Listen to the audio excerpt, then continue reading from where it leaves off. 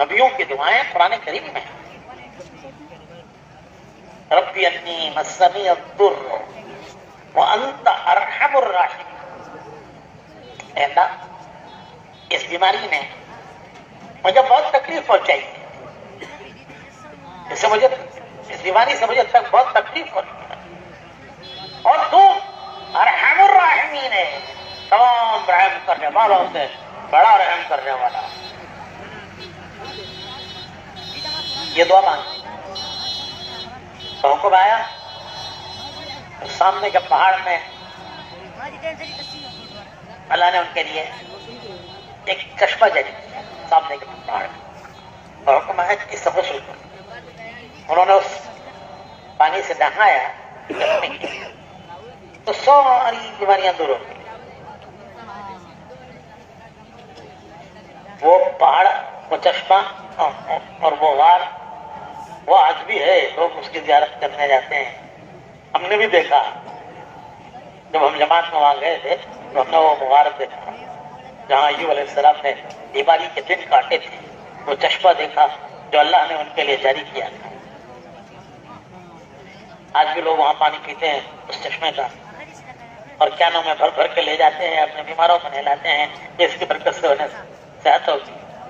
ہم نے بھی پیا وہ پانی, ایسا ٹھنڈا میٹھا پانی کہ بوتلوں کا ٹھنڈا پانی اس کے سامنے جھک مارتا ہے.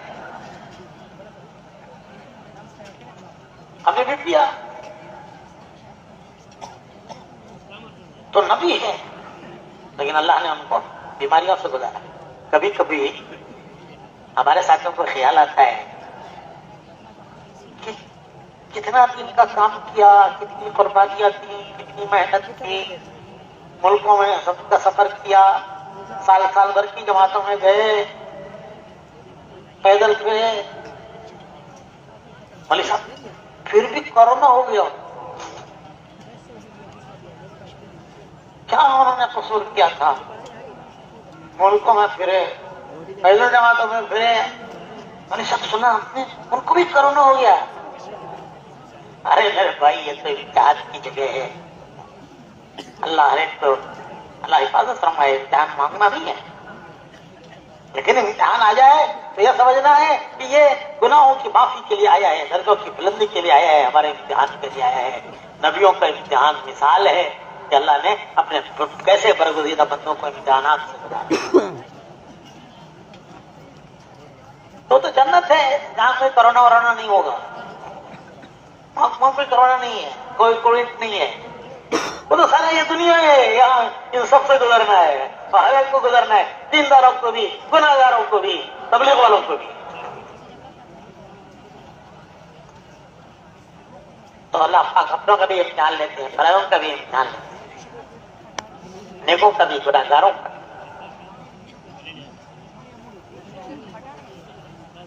حالات لا کر امتحان لیتے ہیں. دنیا حالات کی جگہ ہے, یہ حالات کا گھر ہے. وہ جنت ہے جہاں حالات نہیں ہوں گے, ایک حال ہوگا ہمیشہ. جنت پہ ایک حال ہوگا ہمیشہ. وہاں اللہ تبارک و تعالیٰ ہر ایک کو جوانی دیں گے, ہر ایک کو صحت دیں گے, ہر ایک کو خوبصورتی دیں گے. ہر جنتی کو اللہ حسن یوسف دے گا, کالے پیلے اجلے نہیں, سب کا سب حسن یوسف.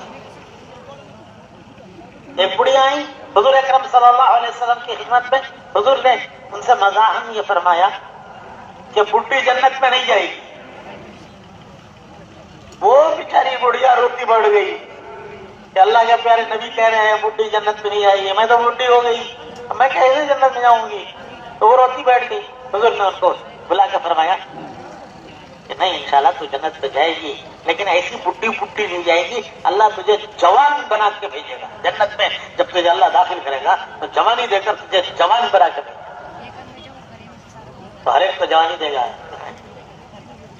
ہر ایک کو حسن دے گا, حسن یوسف دے. وہاں کوئی بیماری نہیں, وہاں کوئی پریشانی نہیں, وہاں کوئی حالات نہیں, وہاں کوئی دکھ درد نہیں. دنیا میں سب کچھ ہے، جہاں دن بھی ہے رات بھی ہے، دن بھی ہے رات بھی ہے، وہاں رات نہیں ہے.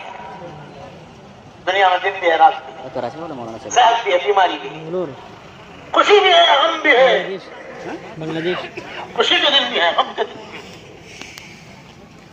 شہر کے محلے میں ایک گھر میں شادی ہو رہی ہے، بارات آئی ہے، اور ایک گھر میں جنازہ تیار ہے. خوشی بھی ہے غم بھی ہے، بیماری بھی ہے، صحت بھی ہے، دکھ بھی ہے، سکھ بھی. اللہ ان سب حالات سے اللہ تعالیٰ انسانوں کو حالات سے گزارتے ہیں اور گزار کر ان کا امتحان لے لیتے ہیں. امتحان کیا ہے؟ مختصر الفاظ میں امتحان یہ ہے کہ دنیا میں جینے کے دو راستے ہیں، زندگی گزارنے کے دو طریقے ہیں. ایک راستہ ہے جینے کا منمانی جی چاہیے، منمانی جی چاہیے، جو جی میں آئے گا وہ کریں گے. مولوی صاحب دنیا مزے اڑانے کی جگہ ہے، یہاں مزے اڑانے کی جگہ نہیں میرے بھائیوں، یہ مزے اڑانے کی جگہ نہیں ہے، مزے اڑانے کی جگہ جنت ہے. یہ تو امتحان سے گزرنے کی جگہ ہے. جب یہاں گزریں گے امتحان سے پاس ہو کر تو انشاءاللہ جنت مزے اڑانے کی جگہ ہے. کبھی کبھی خیال آتا ہے کہ مولوی صاحب دنیا تو مزے اڑانے کی جگہ ہے، یہ مزے اڑانے کی جگہ نہیں ہے. تو ایک راستہ ہے جی چاہی من بانی، جو جی میں آئے گا وہ کریں گے. اور دوسرا راستہ ہے وہ کریں گے جو اللہ کو پسند ہے، وہ نہیں جو ہمیں پسند ہے، وہ کریں گے جو اللہ کو پسند ہے، وہ کریں گے جو اللہ چاہتے ہیں، وہ کریں گے جو اللہ نے بتایا ہے. ایک راستہ ہے جو اللہ نے ہمیں دیا ہے، ہمیں اللہ نے ایک راستہ دیا ہے. وہ راستہ کامیابیوں کا راستہ ہے، دنیا میں بھی کامیابی، قبر میں بھی کامیابی، حشر میں بھی کامیابی، اور کامیابیوں کی منزل جنت ہے. وہ ایک راستہ ہے، وہ ہے لا الہ الا اللہ محمد رسول. کیا مطلب؟ کہ حکم دیکھیں گے اللہ کا، طریقہ دیکھیں گے رسول اللہ صلی اللہ علیہ وسلم کا. زندگی کے ہر کام میں، ہر شعبے میں، ہر قدم پر، دکھ میں سکھ میں، بیماری میں صحت میں، غریبی میں امیری میں، غریبی میں امیری میں، جوانی میں بڑھاپے میں. ہم جس حال میں ہم دنیا میں گزر رہے ہیں اس پہ ہمارے سامنے دو راستے ہیں. ایک کہ ہمارا دل کیا چاہتا ہے، ہمارا جی کیا چاہتا ہے، دنیا کیا چاہتی ہے، ماحول کیا چاہتا ہے، لوگ کیا چاہتے ہیں، دنیا کیا چاہتی ہے. ہماری بلا سے ہم نہیں دیکھیں گے دنیا کیا چاہتی ہے، ہم نہیں دیکھیں گے زمانہ کیا چاہتا ہے، ہم نہیں دیکھیں گے لوگ کیا چاہتے ہیں، ہم دیکھیں گے ہمارا اللہ کیا چاہتا ہے. اللہ کیا چاہتے ہیں وہ کس نے بتایا کہ اللہ کو کیا پسند ہے کیا پسند نہیں ہے؟ کس نے بتایا؟ اللہ کے پیارے نبی نے بتایا. وما ينطق عن الهوى ان هو الا وحی یوحی. ہمارے پیارے نبی اپنی طرف سے کچھ نہیں کہتے، وہی کہتے ہیں جو اللہ ان سے کہتا ہے.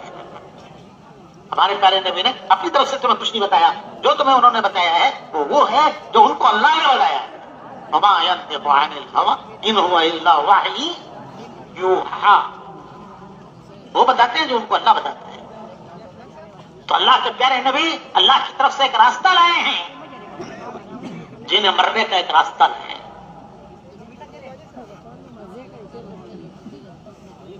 وہ ہے لا الہ الا اللہ محمد.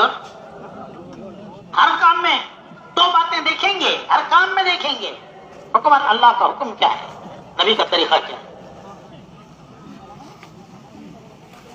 جو نہیں کرنا ہے، حکم دو قسم کے ہیں، کرنے کے احکامات، نہیں کرنے کے احکامات. نہیں یہ کرو، یہ مت کرو، یہ کرو، یہ راستہ صحیح ہے، منزل کو پہنچانے والا ہے، اللہ کو پسند ہے. یہ مت کرو، یہ اللہ کو پسند نہیں ہے، یہ منزل تک پہنچانے والا نہیں ہے. تو احکام دو قسم کے ہیں، کرنے کے احکام، نہ کرنے کے احکام. جو نہیں کرنا ہے اس کی تفصیل میں جانے کی ضرورت ہی نہیں ہے. کہ جس گاؤں کو جانا نہیں ہے اس کا راستہ کیوں پوچھنا. لیکن جو کرنے کے احکامات ہیں کیسے کرو. تو پیارے نبی کو دیکھو, محمد رسول اللہ صلی اللہ علیہ وسلم کو دیکھو. پرسوں مولانا بیان میں فرما رہے تھے کہ حضور سے رشتہ ہمارا اتباع کا ہے. اتباع ایک ہے اطاعت, ایک ہے اتباع. اطاعت کہتے ہیں جو کہا ہے وہ کرو, یہ کرو, حکم دیا کہ یہ کرو, اس کا نام ہے اتباع. اطاعت کا درجہ اتباع سے آگے ہے. اتباع سے آگے اطاعت, اتباع کا درجہ, اتباع کا درجہ اطاعت سے آگے ہے. اتباع کیا ہے؟ جیسے حضور کو کرتے دیکھا ہے ویسے کرو. صحابہ نے ویسے کیا جیسے حضور کو کرتے دیکھا. ان کو بعد والوں نے دیکھا, تابعین نے, تبع تابعین نے, اولیاء اللہ نے, اور وہ حد تک پہنچا کہ یہ کام حضور نے کیسے کیا. جب حضرت عبداللہ ابن عباس رضی اللہ تعالیٰ عنہ کوفہ گئے تو وہاں والوں نے پوچھا کہ حضور اکرم صلی اللہ علیہ وسلم وضو کیسے کرتے تھے. حضرت عبداللہ ابن عباس نے حضور کی بہت خدمت کی ہے. وضو کے موقع پر حضرت عبداللہ ابن عباس وضو کا لوٹا پانی لا کر رکھتے تھے حضور کے وضو کرنے کے لیے. تو لوگوں نے پوچھا کہ آپ نے تو دیکھا ہے, آپ بتائیے حضور کا وضو کیسا تھا. تو حضرت عبداللہ ابن عباس نے پانی کا لوٹا منگوایا, ایک اونچی جگہ پر بیٹھے اور بہت سکون تسلی کے ساتھ ایک ایک وضو کر کے بتایا اور فرمایا کہ حضور کا وضو ایسا تھا. تو دین ہم تک اس طرح پہنچا ہے. صحابہ نے حضور سے لیا اور صحابہ سے تابعین, تبع تابعین نے لیا, ان سے اولیاء امت نے لیا. اسی کو کہتے ہیں سنت. اسی کو کہتے ہیں سنت کہ اس میں حضور کا کیا طریقہ ہے. تو میرے بھائیوں, ایک امتحان یہ کہ دنیا کی زندگی ویسے گزارنی ہے, اس پہ دو باتیں دیکھنی ہے. حکم دیکھنا ہے اللہ کا, طریقہ دیکھنا ہے رسول اللہ صلی اللہ علیہ وسلم. بندے ہیں ہم اللہ کے, ہم اللہ کے بندے ہیں, ہم آزاد نہیں ہیں. آزادی وہ تو جانوروں کا طریقہ ہے. ان کے لیے کوئی حکم نہیں ہے, کوئی شریعت نہیں ہے, ان کے لیے کوئی حلال حرام نہیں ہے. جانور دنیا کی زندگی میں آزاد ہے, لیکن وہ بھی تربیت پا کے اطاعت کرتا ہے. نکیل پڑ گئی, جانور کے نکیل پڑ گئی, نکیل آسانی سے نہیں ڈال لیتا, بڑی مشکل سے اسے نکیل ڈالنی پڑتی ہے. جب اس کے نکیل ڈالی جاتی ہے رسی سے باندھ کر تو سمجھتا ہے کہ بس اب تو میری زندگی کی آخری سانسیں, منہ میں جھاگ آ گئے, آنکھیں بترا گئی. لیکن جب نکیل پڑ جاتی ہے تو پھر اب وہ کام کا بن جاتا ہے, کام کا. سیدھے طرف سے کھینچو تو سیدھی طرف کو جاتا ہے, بائیں طرف سے کھینچو تو بائیں طرف کو جاتا ہے. دونوں رسیاں ملا کے کھینچو, دونوں نکیل ملا کے کھینچو تو کیا ہوتا ہے بھائی؟ ہالٹ. ہالٹ, کوئی اشارہ نہیں, کوئی سگنل نہیں, دونوں رسیاں مل کے کھینچ گئی, ہالٹ. سیدھی طرف کھینچو, سیدھی طرف جا رہا ہے, بائیں طرف کھینچو, بائیں طرف کی جا رہا ہے, دونوں ملا کے کھینچو, ہالٹ. یہ وہ جانور ہے جو جس کی تربیت ہوگی. ٹریفک بائیں طرف کو جا رہی ہے, وہ بھی بائیں طرف کو جاتا ہے, وہ سیدھی طرف نہیں جاتا. یہ ٹریفک بائیں طرف کو چلتی ہے, وہ سیدھی طرف کو چلتا ہے نہیں, وہ بائیں طرف نہیں چلتا. تو یہ ٹریفک بائیں طرف چلتا ہے. تو میرے بھائیوں, یہ لگام لگے گی, لگام زندگیوں پر لگام لگے گی تو یہ زندگیاں حکم پر نہیں, اللہ کا حکم, نبی کا طریقہ, اس میں کامیابی کا یقین دلوں میں آئے گا. ایسے میں ہماری دنیا و آخرت کی کامیابیاں ہیں. اس یقین کو پیدا کرنے کے لیے ایک محنت ہے, اس دین کو زندگی میں لانے کے لیے ایک محنت ہے. دین کیا ہے؟ دین کسے کہتے ہیں؟ دین کہتے ہیں حکم اللہ کا طریقہ, رسول اللہ صلی اللہ علیہ وسلم کا یہ کلمہ، یہ لا الہ الا اللہ محمد رسول اللہ، کہ ہم بندے ہیں اللہ کے، حکم دیکھیں گے اللہ کا، اب امتی ہیں رسول اللہ صلی اللہ علیہ وسلم کے، طریقہ دیکھیں گے رسول اللہ صلی اللہ علیہ وسلم کا۔ آدمی جس کی مانتا ہے اس کا بندہ، بندہ کہتے ہیں ماننے والے کو، نہیں ماننے والے کو باغی کہتے ہیں، نہیں مانتا باقی ہے۔ باپ کی بات بیٹا نہ مانے تو باپ غصے میں آ کے کہتا ہے باغی ہے، میری نہیں سنتا، نہیں مانتا۔ ارے باپ کہے باغی ہے اسے حق ہے، اور اللہ کہے باغی ہے جس نے سب کچھ دیا، سب کچھ اسی کا دیا ہوا ہے۔ ہم کچھ ہم اپنی ماں کے پیٹ سے کچھ لائے تھے، وہ تو سب کچھ اسی کا دیا ہوا ہے، تو وہ کہے باغی ہے۔ تو بندہ کہتے ہیں، ماننے والے کو کہتے ہیں بندہ، نہیں ماننے والے کو کہتے ہیں باغی۔ مانے تو بندہ ہے، جس کی مانتا ہے اس کا بندہ، نفس کی مانے تو نفس کا بندہ، زمانے کی مانے تو زمانے کا بندہ، حالات کی مانے تو حالات کا بندہ، دنیا کی مانے تو دنیا کا بندہ، جو روح کی مانے تو بیوی کی مانے تو میں نہیں کہتا، انسلٹ ہو جائے گی، تو جس کی مانتا ہے اس کا بندہ۔ ہم کس کے بندے؟ نفس کے بندے؟ نفس کے بندے نہیں، زمانے کے بندے نہیں، حالات کے بندے نہیں، دنیا کے بندے۔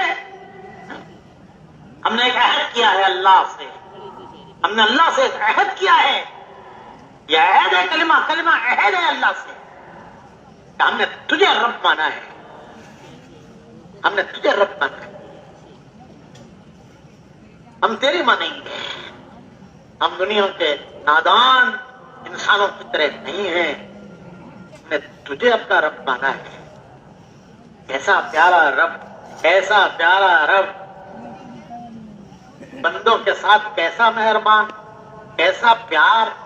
اللہ تعالیٰ فرماتے ہیں وَإِذَا سَأَلَكَ عِبَادِي، اللہ تعالیٰ فرماتے ہیں میرے پیارے نبی، وَإِذَا سَأَلَكَ عِبَادِي، اگر میرے بندے تم سے میرے بارے میں پوچھیں، وَإِذَا سَأَلَكَ عِبَادِي، اگر میرے بندے پوچھیں میرے بارے میں تم سے، انی، تو کہہ دیجئے فَإِنِّي قریب، میں تمہارے قریب ہوں، قریب۔ وَإِذَا سَأَلَكَ عِبَادِي عَنِّي فَإِنِّي قَرِيبٌ أُجِيبُ دَعْوَةَ الدَّاعِ إِذَا دَعَانِ فَلْيَسْتَجِيبُوا لِي وَلْيُؤْمِنُوا بِي لَعَلَّهُمْ يَرْشُدُونَ۔ مجھ سے مانگو، میں تمہاری سنتا ہوں، تمہاری حاجتیں ضرورتیں تمہاری مرادیں پوری کرتا ہوں۔ حدیث شریف میں آتا ہے کہ مومن بندہ جب اللہ سے کچھ مانگتا ہے اللہ اس کی دعا کو ضرور قبول کرتا ہے۔ ہر فرض نماز کے بعد ایک دعا قبول ہوتی ہے، بندہ اللہ سے مانگتا ہے اللہ اس کی دعا قبول کرتا ہے۔